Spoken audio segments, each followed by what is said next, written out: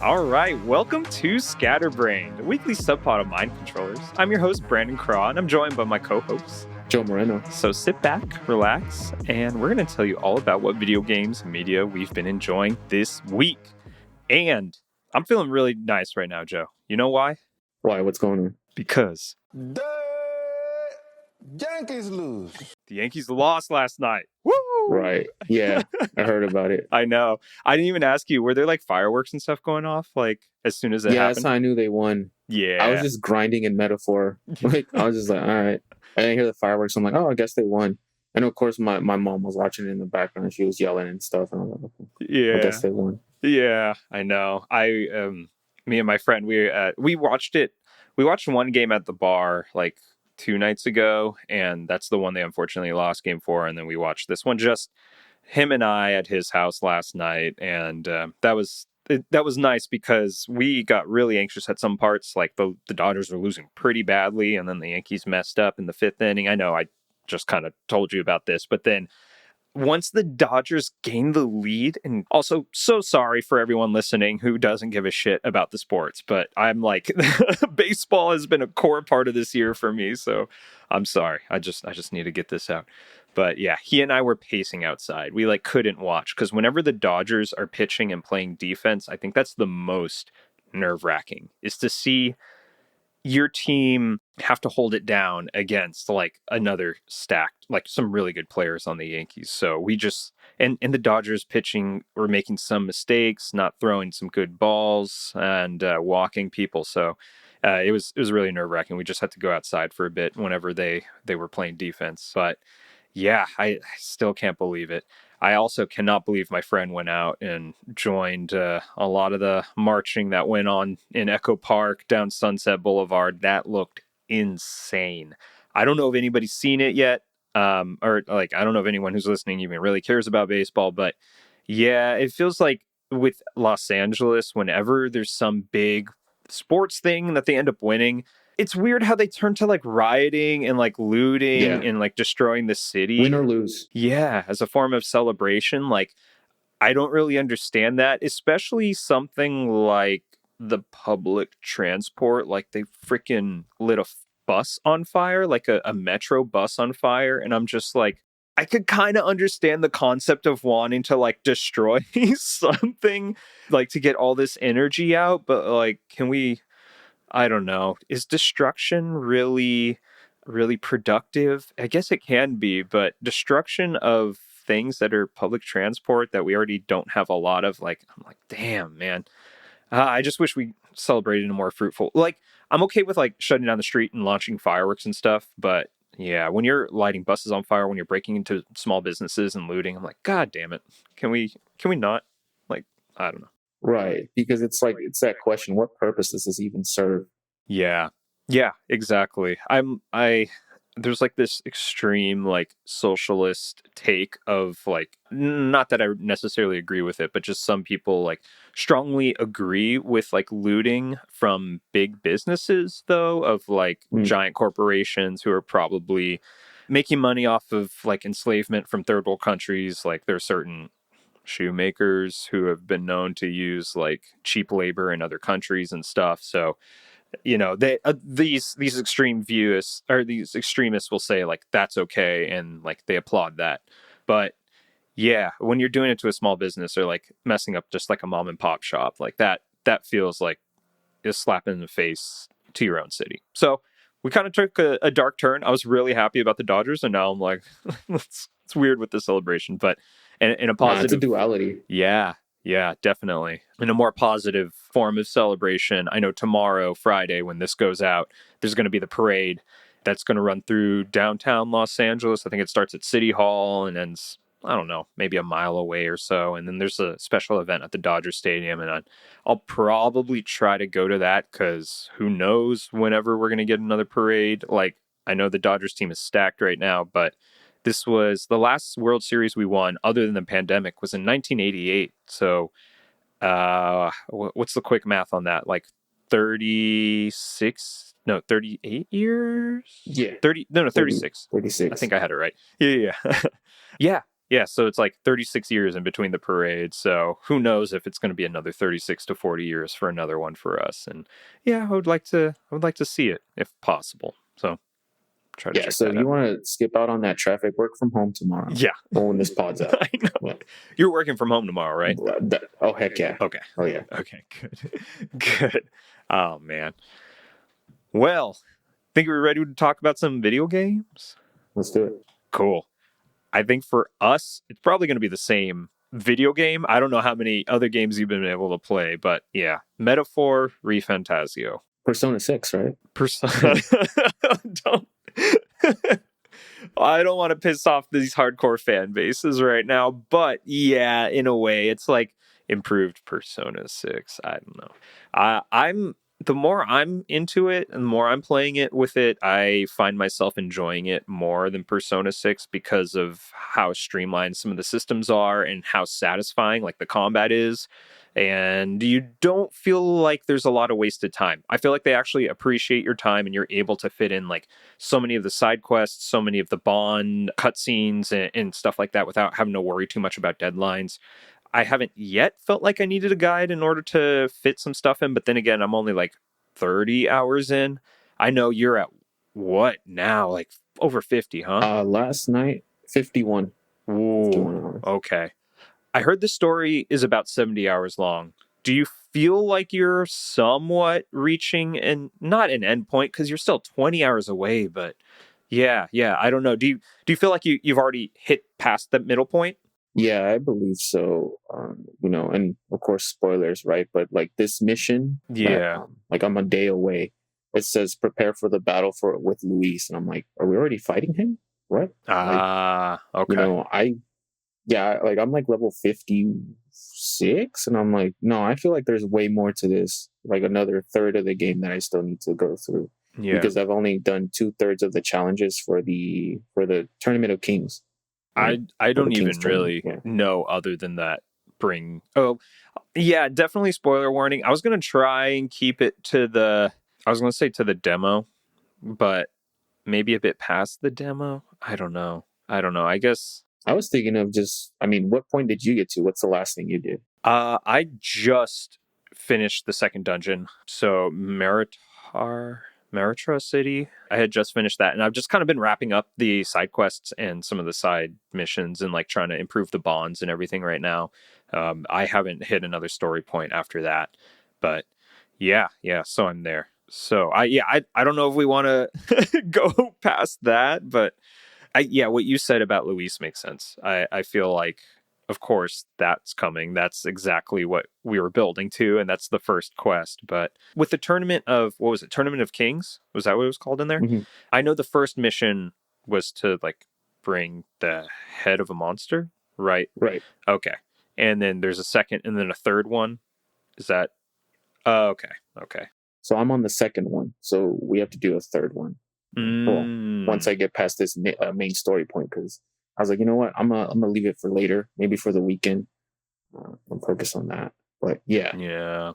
Do you feel since you have more time in it than I do, and you're also a huge Persona fan, how do you feel like it stands against like some of your favorite Persona games? So I agree with you. It's more streamlined. I appreciate that the bonds. There's no wrong answer, right? You're gonna increase that bond each time you do talk to them. They do lock it for you, like certain like levels and ranks of the bonds through your royal virtues, right? So your confidence, right, eloquence, imagination, wisdom, and tolerance. So let's say you have a character who's like rank 6, and you can't talk to them until you have like 4 courage, right? Yeah. So that's how they lock you out of it. Instead of the personas, or you need to, they do this in Persona as well, right? Like you need to have like 5 intelligence, whatever. Yeah. But I appreciate again that it's not really locked behind the right answer, picking the right answer, right? You can't mess up the link. So yeah, and you get a lot of good benefits out of this stuff, like being able to equip multiple skills, to an archetype, which is your job class. Pick different skills from other classes. You might get like extra money, extra experience, care packages every other day, things like this. So I really like how that it rewards you for actually spending time with the characters. Yeah. That's how I felt too. And I know, I think like some people have been saying they felt, or I heard some podcasters say that they feel like I guess the characters from the Persona games, like they felt more attached to them so far, like than compared to right now with Metaphor. But I don't know. I could see that too. I think I think it's because like it's more of a real world setting with like the Persona series, so it's kind of hard to really identify and see yourself in some of the Metaphor characters because it's like this old timey Yeah, fantasy it's like setting. high fantasy, Yeah, right? yeah. Like I'm never going to be a lord and need to worry about my people from a kingdom that was raised. But yeah, I don't know. Even so, I think even though I can't identify with them and like don't feel like I have similar experiences to them, I still feel like I am at least empathizing with them and sympathizing with them. And because of that, it almost feels like I'm more drawn into their story and want to know more because it's this like high fantasy kind of high stakes. And I'm fascinated by some of the concepts that they're teaching, or that they're not teaching, but going through in like the bonds. Maybe just because it's recency bias, but like the Hulkenberg storyline with like kind of this radicalization of this extremist and this old colleague who is now like a radicalized person who is like destroying people. I'm not sure where the story goes. I'm only like halfway through, but the last thing I I saw. just finished it up like a couple days ago. Oh, okay. Does it still continue through that route of Rodon, I Mhm. believe? Okay. Okay. Yeah. Like I'm loving that. Even the Maria storyline because of how you gain that relationship with her of, well, I said we would leave it to the demo, but I mean, yeah, and this isn't the demo, but with Grius dying, like her biological father dying, and now you're kind of like you're not her father, but you're like the uncle. You're like the cool uncle who's coming in and like Right. telling her about these stories. And you're like, yeah, even though your dad's gone, I'm here for you. I am your family. And you can tell that you helped her process this grief. And it's really fucked up where like the early on in her like bonds where there's people who are what are they doing? They're like there's like other kids like teasing her saying like she's half raced and like half human. Hmm. Even stuff like that I'm like kind of mirrors some real world stories that my mom told me of like when she was a child and stuff growing up in Los Angeles as a Mexican family, a child of a Mexican immigrant. And yeah, yeah, and that keeps on happening. I mean, that happens to the main character as well for being Eldon, Yeah. and yeah, it's just this racism portrayal does a good job at kind of showing like some of the worst sides of humanity, and then kind of showing how we cope with it and how we deal with it. And I think that's why this game has gripped me so hard, and that's why I am wanting to do a longer form like YouTube video. And I started writing the outline for that last or yesterday as well. So I'll definitely tell you more about that. But Yeah, for sure. yeah, so I don't know who's sorry. I felt like I got really like higher level conceptual of what No, I you're okay. enjoy about this game. But who's been your favorite? Oh shit, you probably have unlocked so many more characters than I have. Yeah. Is one of your favorites one of those characters or Have you met Alonzo? no? I don't know who that fool is. Yeah. So that should be in Matria or Martria, the second town. Have Wait. you gotten to a point where they steal Grius's dagger? Oh, yes, yes, yes. I did that first side quest. I don't know if I've even turned it in yet. I think I just completed. That might have been the last thing I did, and I haven't had a chance to Okay. turn it in. Yeah. So that guy, the one who gave you that quest, that's Alonzo? Yeah, just because of the way it ends, it's like, oh, okay. Mm, okay. I like that. Yeah, so I would say that one's really interesting to do. But they're kind of all really good. I've enjoyed like just going through the bonds, Mm-hmm. like Brigida, the Yeah. igniter shop owner from Grand Trek. Hers Yeah. is really good too. I know with the puppy. Eventually, you unlock. I think his name is Bartran. The guy that in Martria. The knight. You unlock his bond as well. His is pretty good too. I know. Oh, I'm yes, enjoying yes. all of them. I do remember now. I just unlocked that one. Yeah. I don't think I've done too many missions with him, but yeah. I think so far the ones that have stuck with me the most might be Heisme, like with his Heising's is pretty child. good Like too. that was devastating.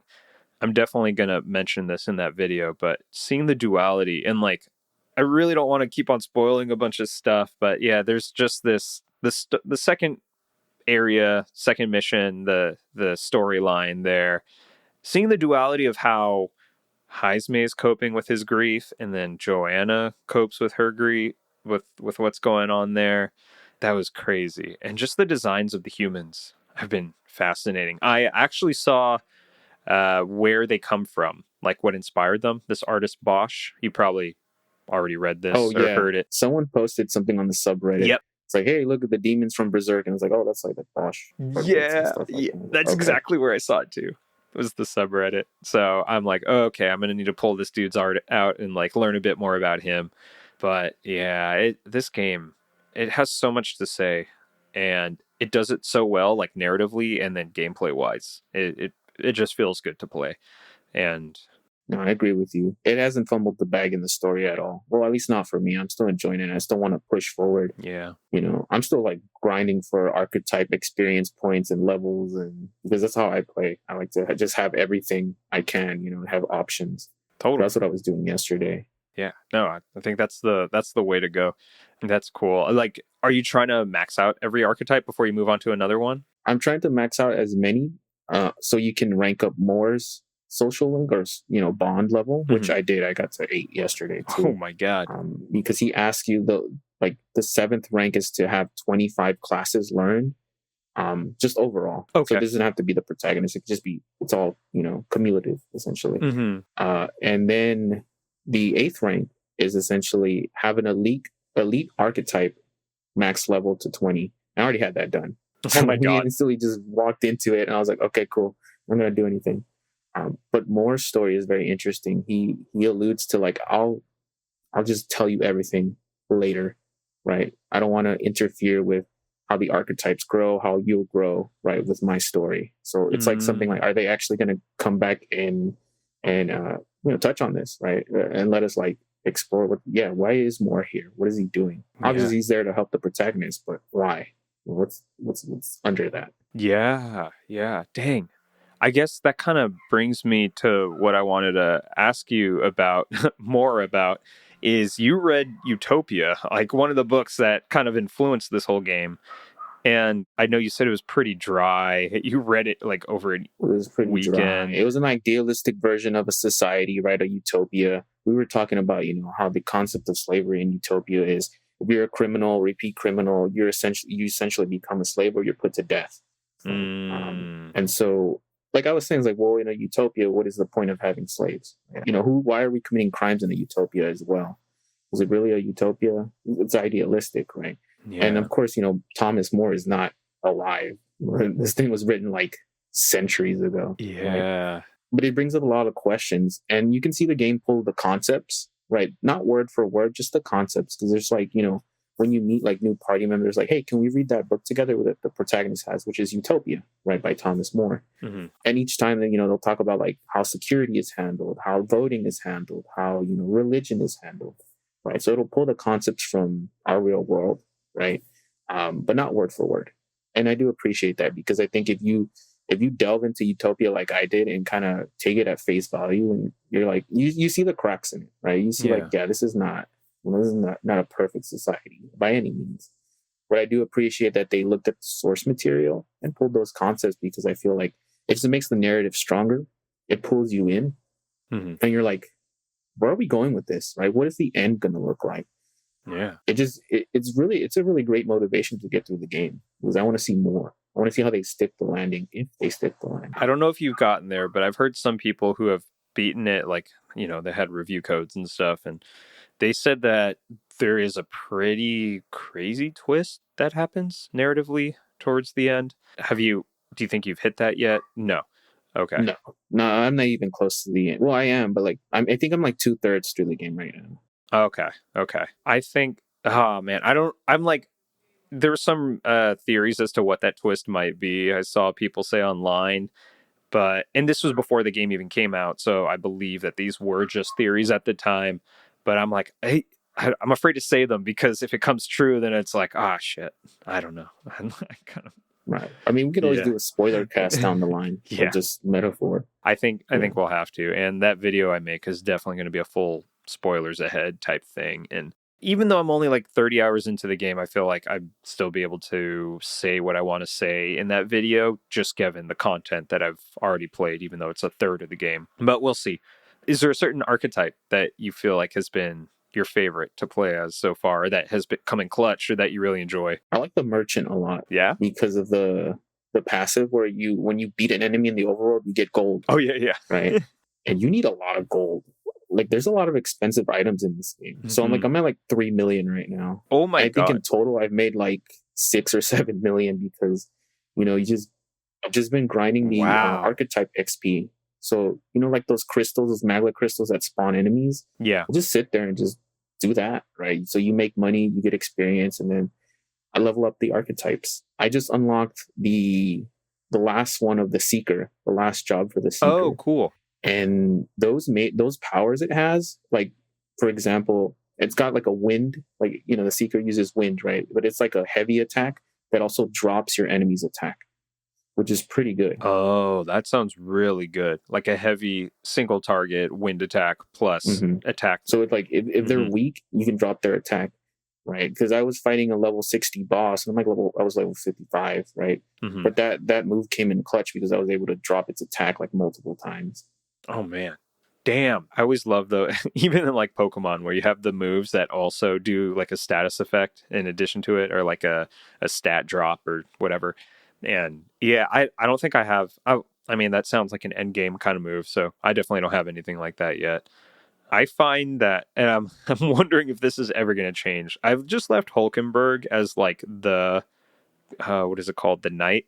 Like, she's a mage knight right now, and all she is doing is tanking hits. I'm constantly just using that, whatever it is that was it Knight's Proclamation move, where it like everyone focuses it's like on taunt, her, right? Like it taunts the enemy to hit her. And I'm like, I'm stacking so much endurance on her, and I just have her as the tank. The game will challenge you because there are certain bosses that they have. I don't know if you've seen this move yet. It's called like Soul Cry or Soul Scream. Basically, it gives the boss like 4 extra turns. Oh yeah. So if you use if you use Knight's Proclamation, and Hulkenberg is not going to be able to tank 5 hits from like ice, like an ice move, a heavy ice move. That happened to me yesterday. I was like, oh shit. Oh yeah. Okay. That's good to know. I didn't realize that. Yeah. Because she resists like physical attacks, but like magic, she gets hit. She's kind of vulnerable. I know. There were times where I forgot who I was fighting, but yeah, it was like a giant human eyeball looking human. I don't know. Wasn't the worm, was it? Maybe it was the worm where it used the soul cry and it had 4 extra turns, and I had already used Knight's Proclamation. I think Hulkenberg was like down to like 50 health or something like that. I thought she was going down, and I'm like, okay. Maybe I'll have to redo my strategy, but I feel so dependent on it because all my other characters feel so squishy, so I'm just like, let her tank. Another strategy I heard was give Heismay Knight's Proclamation because his agility is so high, so he'll most likely dodge everything or dodge most things. Oh, dodge tank. Okay, I like that concept. I'll try that out. I feel like I would feel more comfortable getting his agility up a bit higher, even though I know it's high as shit. Like, it's already probably close to 50. But when you master a archetype, you get a permanent stat bonus for that class, for that character, right? I believe so. Okay. Even if once you get certain ranks, I think it gives you a stat bonus. Because I was wondering about that last night. I was like, yeah, why is this even coming up? Right? Like, because it says like, oh, you've gained max 25 HP, max 25 MP. And yeah, you actually gain those. And I'm like, so there is a benefit to like ranking out all these classes, which I've only been doing for the pro tag. Yeah. Right? Everyone else is like, no, Hulkenberg, you're staying as a knight. Heismay, well, you're my assassin thief. Exactly. The only one that I've kind of changed around is Stroll. Yep. I have him as like the last warrior type, but I had him as like a brawler, like one of the physical classes because he's got a high attack stat. Yeah, I've noticed that too. I'm like, I sometimes struggle to find. Well, it's mostly me messing up the setup. I think the archetype setup prior to a big fight, and oftentimes I find that I go into the fight and then Stroll's like slash, like the enemy's resistant to slash, or will, worst case scenario, repel the slash. And then I'm like, oh crap, now I could either struggle through this or hope that I could get killed and then start the fight over. And that was the other thing I kind of wanted to bring up was like, I really wish there was a way just to quit back to the main menu, like from the fight. Yeah, because you can retry the fight, but you can't. You would have to close the game. Yeah, right? And I don't. To like change up your strategy. As someone who plays from my computer, laying on my bed, like that becomes a whole annoying thing to have to try and close it. So it's like, what's going to be more worth my time? Trying to go and lose this fight ASAP or getting up, turning off the game and turning it back on again. And then because I'm like recording everything, it does some stupid thing where it will never just go on my TV. Like when I open up the game, even though it's always the default, it will never just go on my TV. And then I have to like mess around with it in order to find out how to get it back onto my TV projection. But minor gripe, I guess, with the game. The one quality of life thing I wish they could add. I wonder if a mod has added it because I saw someone say that they downloaded a mod that kind of skips all the opening, like when you first turn on the game and all the little like publisher logos and like the videos. It just skips all that and goes straight to the menu. And I'm like, I might download People that. skip that? Yeah. Okay. I don't skip that. I watch the intro, not the dialogue intro, but the second intro, and I think there's even a third intro to the game. Really? If you let it like just play, yeah. You watch that every time you open it up? At least the second intro. It's like watching an anime. Oh, okay. But that's just me. Okay, I'm like annoyed with it at this point. I'm always skipping it, so that's interesting that you're into it. I'm loving this. Oh, okay. Yeah. I mean, I respect that. Okay, this mod was not made for you. I don't know. I'm like, no, just get me into the action like ASAP. We've been talking about this game for like 30 minutes. I don't know. Do you feel done with it for right now? I'm sure we're going to talk more about it next week, anyways. For right now, sure. I mean, I can still talk about this for like another 2-3 hours. I know, man. Right, but this is not the Metaphor Atlas Persona podcast, so not yet. Not yet. Yeah. Was there anything else you've been playing then this week? Honestly, I have not. No, I don't think so. I haven't even been playing fighting games. I've just been giving my full attention to Metaphor. It deserves it because this is what I was waiting for. I was like, yeah, I'm going to dedicate all my time to this. Yeah. Have you been playing anything else? No, I haven't. This week in particular, like honestly, because of the World Series, and I was watching that like every game with someone. There was always something going on this weekend, so I've barely had enough time to play Metaphor. I probably put 1 hour in the past like couple of days, or almost in like this past week. Honestly, I just haven't had enough time. I really wish I did, but other than that, haven't been playing any other games. But I did want to bring up one that I was like kind of curious about with Dragon Age Veilguard came out today, and I do enjoy the Dragon Age games, and I'm definitely not picking it up and not going to play it right now. But I'm not going to lie, I have a little bit of FOMO from people playing it, but it's okay. Like Metaphor is definitely more my jam, but I'm like, eventually I'm going to get to Veilguard and go through that. But that's just another big RPG. Action game with RPG-ish elements. But it's still long. Isn't it like 70 something hours? Or I think so. It still took a good amount of time. Yeah, that exactly. I'm like, I don't know if I could do back-to-back giant RPGs, but we'll see. And the other like fun, smaller thing that's mobile was the Pokemon trading card game for the phones. Came out. Yeah. Did you download it? I did download it. Haven't opened it though.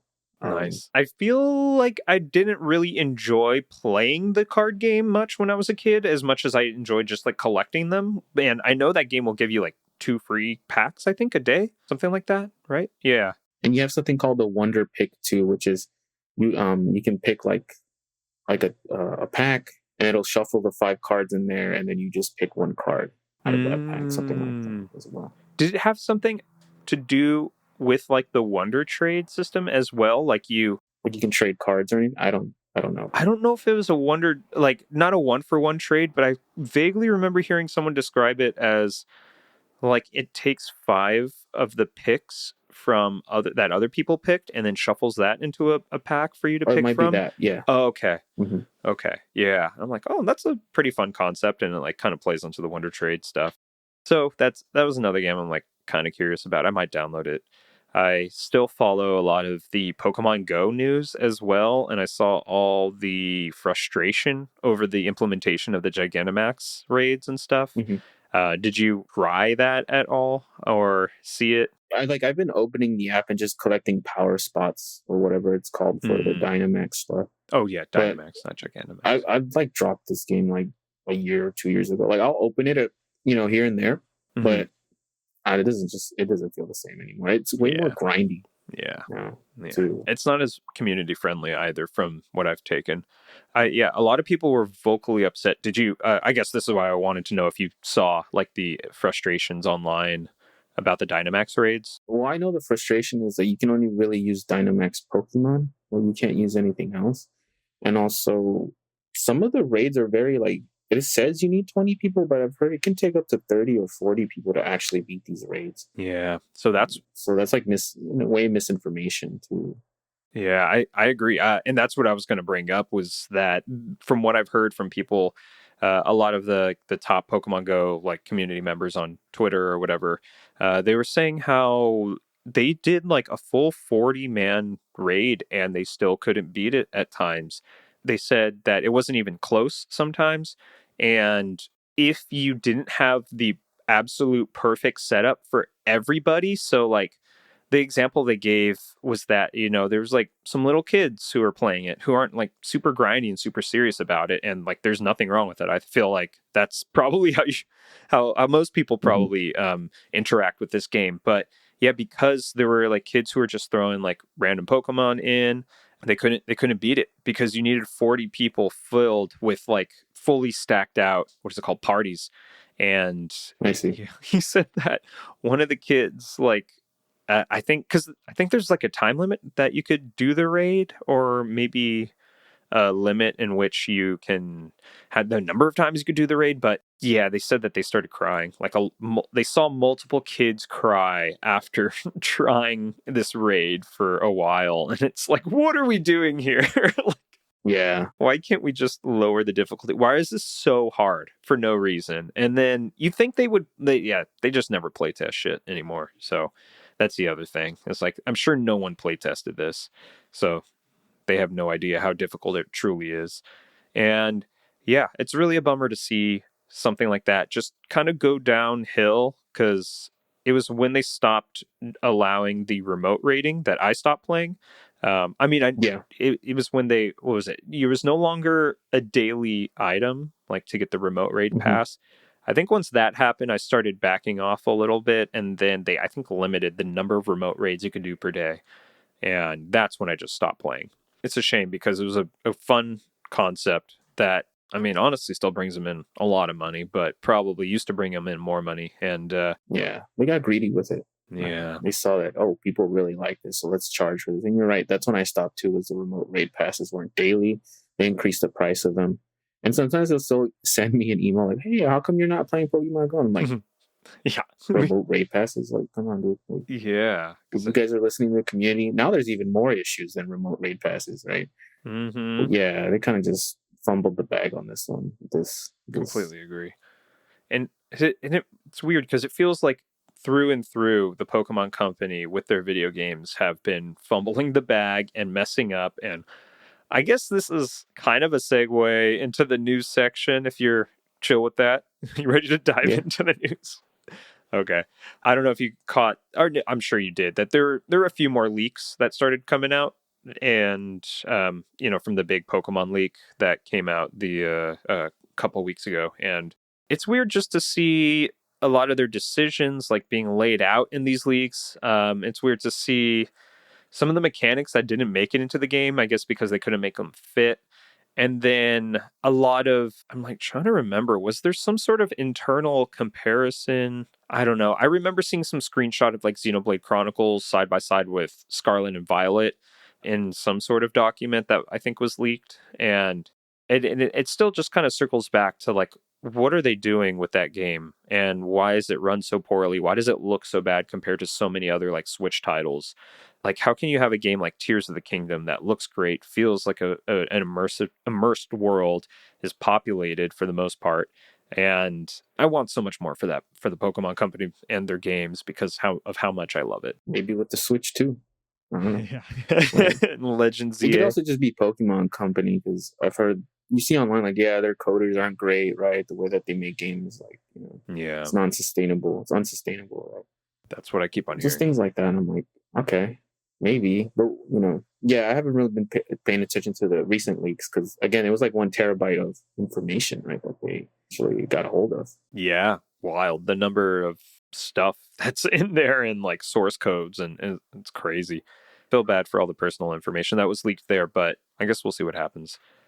Speaking of Switch 2, did you see that? I didn't put this in the news doc, but did you see it was like the banjo, or was it the ukulele like remaster or something? Said it was coming to That was like, announced. yeah, that was announced. And then there was something about the way they said Nintendo system, which hinted or it kind of implied the next Nintendo system and not just the Switch.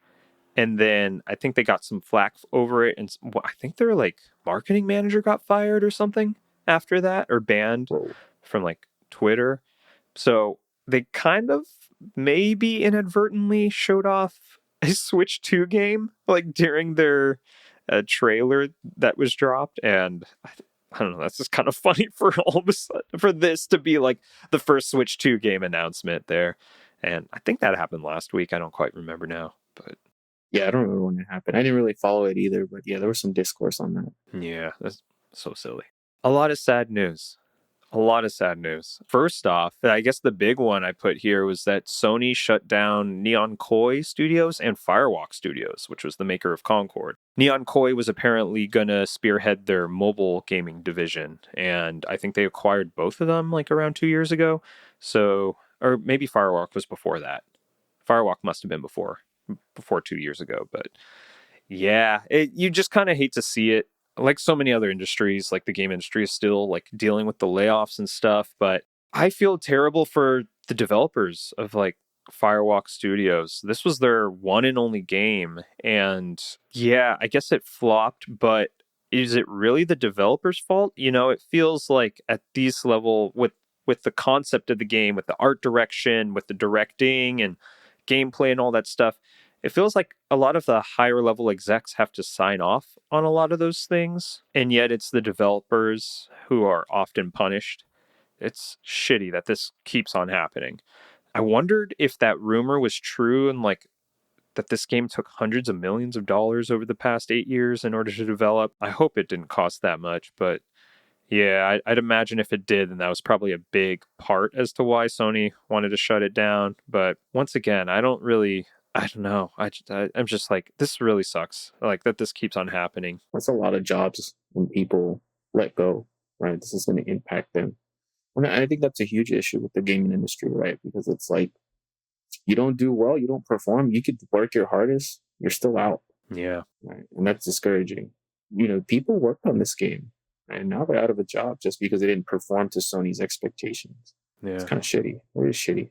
I know. Oh man. I can't believe this keeps on happening. Wonder if we're gonna see a shift in the types of games that are developed and the budgets for those games, because it's seeming pretty unsustainable. Even a large first party game like Spider-Man 2, I felt like I don't did it make its money back or like did it just break even? Like I don't know if that turned a profit or maybe that was like a news Mm. story that came out, and these games are just getting way too expensive to make, taking so long to develop, and then they're not really like earning that money back. And I don't think that's really the fault of the developers. I don't think that's the fault of the pricing, because the pricing is can't go over that $70 mark right now since no one else is. Like it'd be outrageous to go higher than 70, but It'll happen. it'll eventually happen. Yeah. Yeah.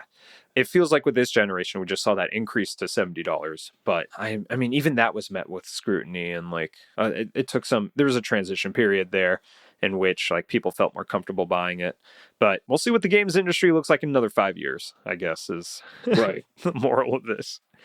And I guess to further along the bad news, there was some mass layoffs in games journalism with GameSpot and Fandom yesterday. Okay. Yeah, it sucks because Fandom owns, I think they own GameSpot, and then they also own one of my favorite video game podcasts, Giant Bomb. and the Giant Bombcast. And those guys have been around for decades now. They were one of the first to do it on their own, like as an independent studio. I'm not sure at what point they got sold or who sold them to who, and now eventually Fandom owns them. But yeah. And unfortunately, they laid off like one of the podcasters I like on the show. Oh, wow. Yeah, Bailey Myers. So she was also like a producer, a host for a bunch of different things for GameSpot. I think she recently hosted some panel with like, I don't remember what celebrities it were. Some like big A-list celebrity, like I don't know, it might have been like Hugh Jackman or something in tie-in with like Deadpool or Ryan Reynolds, or like she interviewed them. I don't remember what, but I guess this is just me giving some examples of her work to show like what high of a caliber she was working at and interviewing and like producing interviews for, and they still let her go, and it's kind of insane because she seemed to be the face of like a certain aspect of their video game coverage. And I'm like, what is going on there too? Like I do not understand. This sounds similar to the entertainment industry, right? Where it's like you can dedicate 10 to 20 years as a light gaffer, as a, like a writer, right? Mm-hmm. And there's no loyalty in these jobs. Mm-hmm. You make too much, we don't need you, you're out of here. Yeah. And that sucks. Yeah. How long has this person been working for, the GameSpot, right? For the Giant Bombcast, right? It's like, Mm-hmm. there is no loyalty there. And that's disheartening. I know. Especially as like someone like me who's always been like kind of curious about it and getting into like that games journalism like world and wanting to maybe like make a career out of that, or like try to make a career out of that. It's like, God damn, all of my like job avenues just keep on getting like worse and worse. Oh man, data analytics is so oversaturated right now. Games journalism, the video game industry, entertainment, and tech is all going through all these massive layoffs. I'm like, is it the economy or is it the greed from a lot of the higher up C-level suite executives and stuff, or C-suite level executives? It just sucks. My heart's out to anyone who has lost their job this year, recently, no matter what it was. And damn, yeah, I know. I didn't really want to end it on a on a sad note. Well, I mean, Nintendo released a music app. Yeah. And I hopped on that shit quick. I was like, I had a client and I was like, okay, this app is not up yet. Yeah. After that one, I was like, it's up. Let's go. You're like, I'm doing It's janky. This app is janky. Like it'll stop playing randomly. And it's like, this is my Bluetooth. What the hell is going on? And you just have to close the app, reopen it. Not everything's there. You're not going to have like original Pokemon Red and Blue on. There's like Scarlet and Violet. Mm-hmm. Got some Splatoon stuff, which, the squids go crazy, with that music. The Wii Shop channel theme is there. You can extend it to an hour, like an hour loop. Damn. So, I mean, it's got some value, and all you need is an NSO if you have that. Mm-hmm. The Nintendo Switch Online. I mean, I'm sure they'll add more. Yeah. I think so too. I know I saw a bunch of people be really excited for this. I actually don't have NSO because I don't really touch my Switch too much right now, but I would pay for it again if something else comes out that I want to play. But it's really cool. I'm glad that they put out this official thing. My only question, well, no, it's not really a question. It's another kind of dumb Nintendo decision for them to make their own proprietary like music listening app and put all the music there as opposed to just uploading it on Spotify or YouTube or something. Yeah, there's those camps of people that are like so hyped for this and like finally. And they're like, why don't they just put it on Spotify? Yeah. It sounds like you're not paying for NSO, guy that wants it on Spotify. Exactly, that's me. That is me. I'm like, I don't know. Nintendo. Yeah. It's like trying to like gauge their plans and how they're gonna, like roll out things. Like the big announcement was Xenoblade Chronicles X and Nintendo Music app this past week instead of hey, the Switch 2 Direct, which I love Xenoblade, so I'm getting that. I know.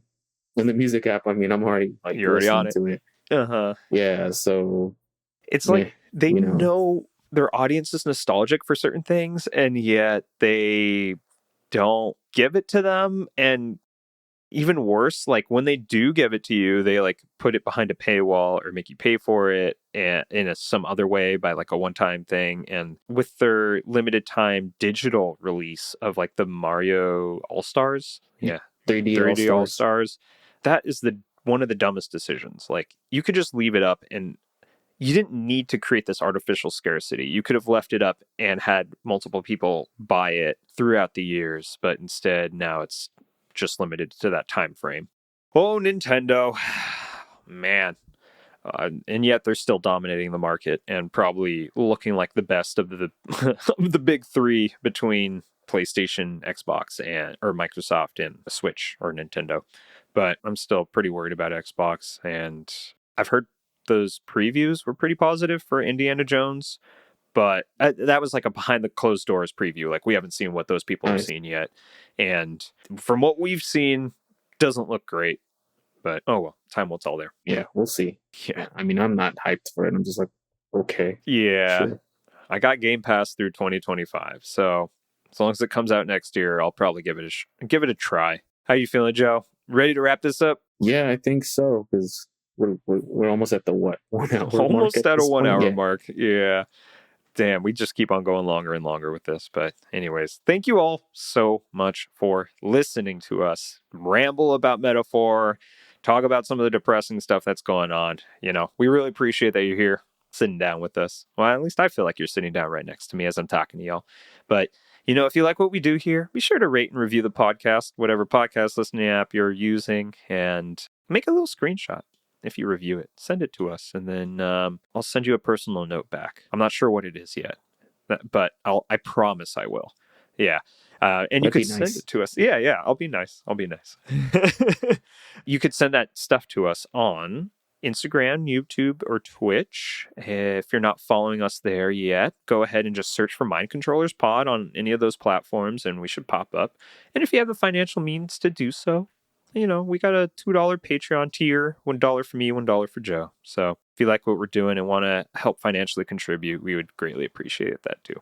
But till next week, till next time, everyone take care of yourselves, hug a loved one, be nice to each other, and we'll catch you next week. Yeah, see you next week. Bye, everybody.